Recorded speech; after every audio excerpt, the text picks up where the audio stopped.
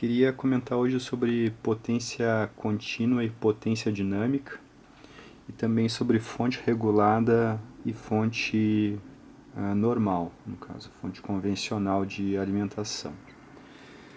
Então, eu fiz aqui um desenho meio rapidamente para comentar esses dois tipos de fonte e esses dois tipos de potência que a gente vai obter através do uso delas, desses tipos de fonte. Bom, eu desenhei aqui umas senoides aí dentro de umas regiões, né? E eu estou mais ou menos me baseando pelo sistema de funcionamento desse Technics aqui, um SE9600, com essas tensões aqui, tá? Não é exatamente igual, mas vai servir aqui para o nosso exemplo.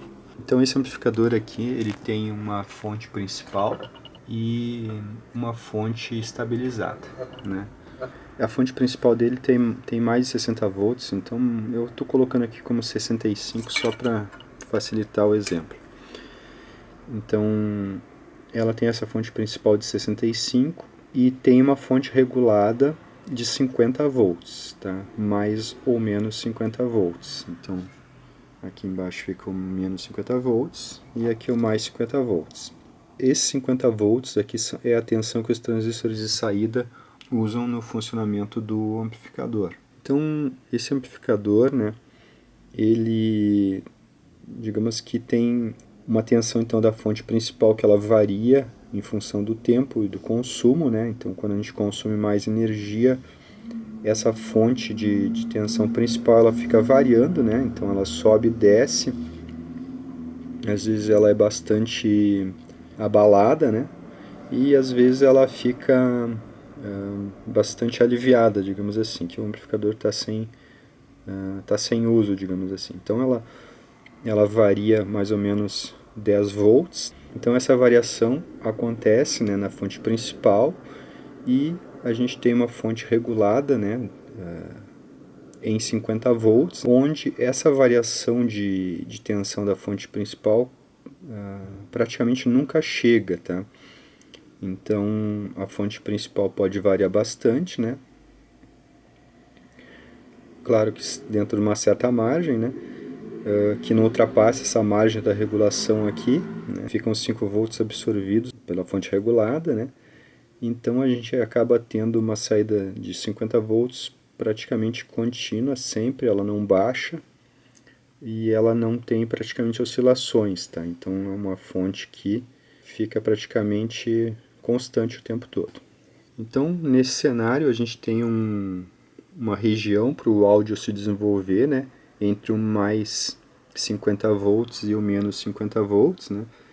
Então a gente tem aqui, por exemplo, eu desenho essa senoide aqui, o máximo que a gente pode ter de pico, né, dentro desse range é um pico de 50 volts, que numa carga de 8 ohms daria 312 watts. Quando a gente está usando um amplificador em uma região linear, né, que não está saturado, então a gente tem esse desenvolvimento da senoide aí, né, dentro desse range. Quando a gente tenta usar mais volume, né, a gente vai acabar aumentando o volume na entrada, só que o volume na saída acaba não aumentando, acaba chegando num limite, né. Então a gente vai ter uma senoide que vai estar saturada, né, na sua crista, e a gente vai ter então a saturação dessa crista limpinha, né, acompanhando a tensão da fonte regulada, né? Então a gente vai ter essa crista aqui bem retinha, saturada, né? Vai ter o ruído da saturação, não vai ter o ripple aqui, tá?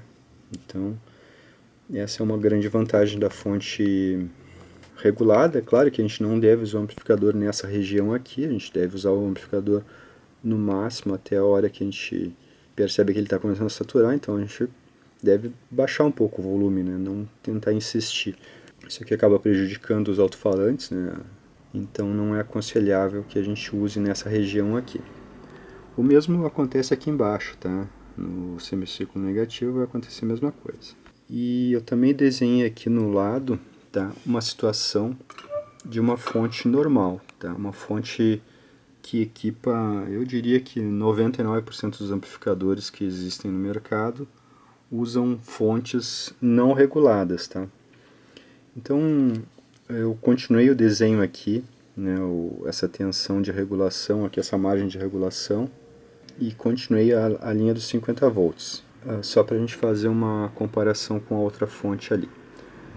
Então, em um amplificador normal, com uma fonte de alimentação normal, a gente pode ter a possibilidade de ter um pico rapidíssimo, né, de qualquer frequência, médio, graves, agudos, né, em um momento que a fonte, digamos, estava com a tensão no máximo. Por exemplo, aqui, ó, eu desenhei a lápis ali, a tensão que a fonte estaria naquele momento. Então, a gente consegue ter provavelmente um ciclo só de onda de saída, toda a capacidade da fonte, né? Por exemplo, aqui é os 65 volts, né? E logo em seguida a fonte já baixa. Se ela tiver pouca capacitância, ela vai baixar bem rápido e vai subir bem rápido. E se ela tiver muita capacitância, ela vai descer mais devagar e vai subir mais devagar. Então a capacitância só dá um tempo diferente nesse caimento, né? Então essa tensão que é os 65 volts, né? A gente vai ter ele em alguns momentos e em outros momentos não. Então a gente vai ter uma variação, por exemplo, de 65 volts a 55 volts. Então 10 volts de variação, né, na tensão da alimentação do amplificador. Então em alguns momentos o amplificador vai ter disponível 65 e em outros momentos ele vai ter disponível 55 volts. Então, algum pico de alguma frequência ou alguma nota vai dar alto, né? O outro pico que no caso poderia acontecer logo na sequência já pode dar, né, mais baixo, porque a fonte está numa região, aqui a fonte estava numa região que tinha bastante tensão, né? A fonte fica variando, né? Por exemplo, aqui por baixo eu desenho um ripple, tá? Aqui eu desenho a fonte subindo de novo. Aqui eu desenho uma depressão e um ripple aqui. Então, nesse momento aqui que a fonte teve essa depressão, a nossa onda máxima de saída vai chegar só até aqui e vai ser ceifada, tá? E ainda a gente vai ter o ripple, né, sendo transferido por emissor do transistor de saída. Então existe uma diferença entre a potência dinâmica, né, e a potência contínua de um amplificador. Aqui eu estava mais ou menos explicando a potência dinâmica, né? A gente pode ter um pico bem alto, um pico bem baixo, no caso, né? Não bem alto e bem baixo, mas nessa razão de 10 volts, né, a gente pode ter um pico em 65, mas é um pico rapidíssimo, ele de repente vai representar um ciclo de uma nota de 40 ciclos, então é irrelevante, digamos assim, esse tempo da potência dinâmica, tá? Porque cessa logo, tá? A fonte em seguida já arria. Nem dá tempo da nota transcorrer, por exemplo, 10% da nota, e a tensão da fonte já vai baixar. Então é uma potência, a potência dinâmica ela é variável, a gente não pode contar com a potência dinâmica, porque ela em alguns momentos vai estar lá, e em outros momentos ela não vai estar lá. Então a gente vai ter em alguns momentos a fonte com 65 volts, e em outros momentos a gente vai ter a fonte com 55 volts. Muitos fabricantes especificam a potência dinâmica como uma grande vantagem, né, que o amplificador tem uma potência dinâmica alta, mas é uma potência que a gente não pode contar com ela. Quando a gente mede um amplificador, faz a medição de potência do amplificador com tom contínuo, a fonte ela arria e ela fica constante. Por exemplo, eu vou desenhar aqui, a fonte arria e ela fica constante aqui praticamente, tá? Por exemplo, coloquei 1000 Hz. Né? Então, quando a gente faz a medição da potência contínua, eu já fiz várias aí nos vídeos anteriores, eu estou fazendo a medição, mas a fonte de energia do amplificador está arriada, ela está, por exemplo, nesse caso aqui, com 55 volts. Então eu estou dispensando a potência dinâmica que o amplificador pode dar para medir a potência contínua, ou seja, a potência que eu posso confiar, que ela vai estar sempre lá à disposição.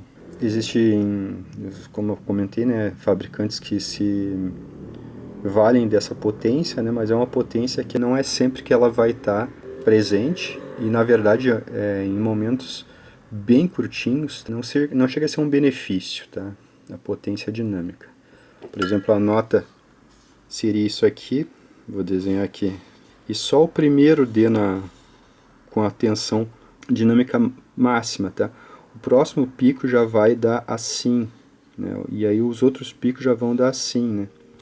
Então, pode ser que a fonte desça daqui para cá e aqui ela fique assim. Então, o primeiro pico da mesma nota pode ser transferido para a saída com a potência dinâmica, mas os subsequentes da mesma nota, tá, já vão ter um ceifamento onde deveria ter a mesma amplitude do outro. Por isso que eu não gosto de considerar a potência dinâmica, tá? Ela é mais uma propaganda do que um benefício, tá? Então, acho que o que vale mesmo é potência contínua, tá? É aquela que a gente pode contar sempre. Então, uma fonte regulada, toda a potência que a gente tira do amplificador, ela está na região contínua. Então, um amplificador que usa fonte de alimentação regulada, ele só tem potência contínua. Ele não tem a potência dinâmica.